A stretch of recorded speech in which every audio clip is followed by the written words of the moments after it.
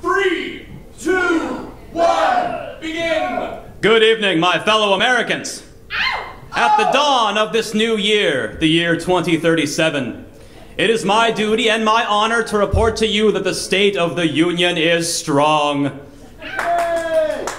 We have faced many challenges and many obstacles, even some difficulties and kerfuffles, and we have many close shaves and boo-boos. Just last year, we ran out of apples. No more apples. We should have seen it coming, but we didn't. But I ask you, do you really miss apples? They were good. That's not in question. But do you miss them? I say to you today that there are many other fruits to choose from, and we can and will persevere. Americans are a resilient people. And my administration has worked tirelessly to face up to every challenge. We did not blink when the Canadians developed nuclear capability. We asked them politely to stop, and they did. When the moon disappeared, we didn't just give up. We put up flyers, we asked around, and when it got dark again that night and the moon came back, we rejoiced as one nation. And when the monsters rose from the Pacific Ocean, we built monsters to fight those monsters. And when our monsters turned on us, we created dinosaurs to fight those monsters. And we knew the dinosaurs would eventually break free of their constraints, and that is why we bred them with a lysine deficiency that would kill them if they didn't get any soy. And when they found some soy, we didn't run and hide. We simply injected poison into their eggs and waited for them to fall into extinction once more, because this is America, and nobody condemns a species to extinction like America. But there is one fight we have not won. One battle we still must wage, and fiercely. And that is against our gravest enemy, the sun. Republicans, shut up.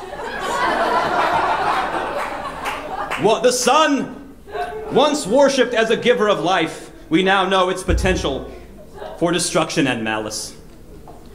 20 years ago, when the sun began to burn out, I was one of only 14 senators who voted against reigniting it.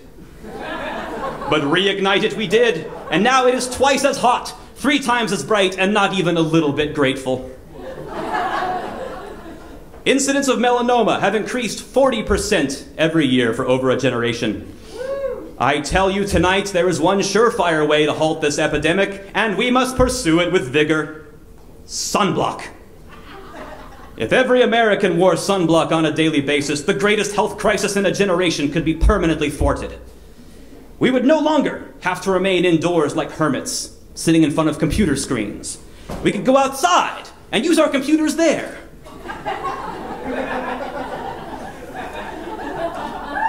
This simple, albeit greasy solution could save our overburdened healthcare system billions of dollars a year and reduce our dependence on foreign aloe vera.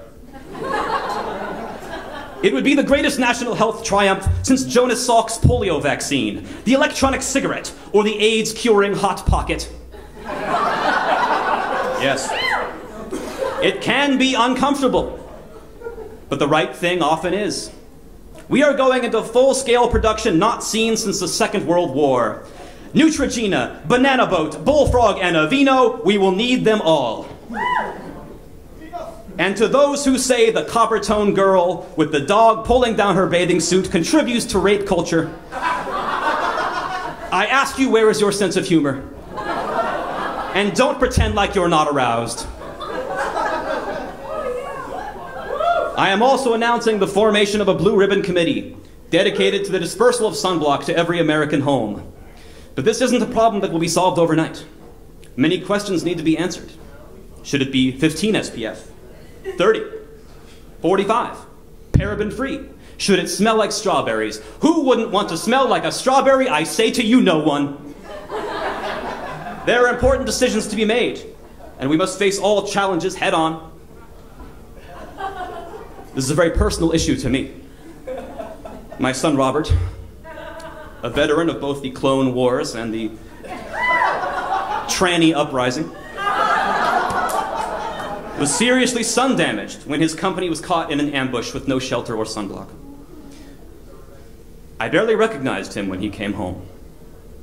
All those medals on his chest could not disguise the fact that he was blotchy. He burned his skin for his country, and when he came home, they spit on him.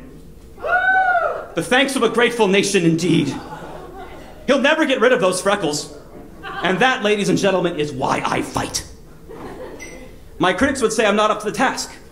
Well, I say this is partisan obstructionism, and it must stop. We must work together if we are to unlock our collective potential. We must not get bogged down in petty gridlock, or rumor mongering, or all the illegal stuff I've been doing, if we are to move forward. And so, my fellow Americans, I wish you a happy and a safe Don Henley Memorial Weekend. Remember that the sun is your enemy, and democracy is your mother, and freedom is your hot cousin whose hotness confuses you. And remember that if we continue to work together to make this great land even greater, our future prosperity will be guaranteed. Indeed, our future is so bright, we've got to wear shades. And sunscreen, because seriously, the sun is really hot and we're all getting cancer. Good night, God bless, and death to the sun!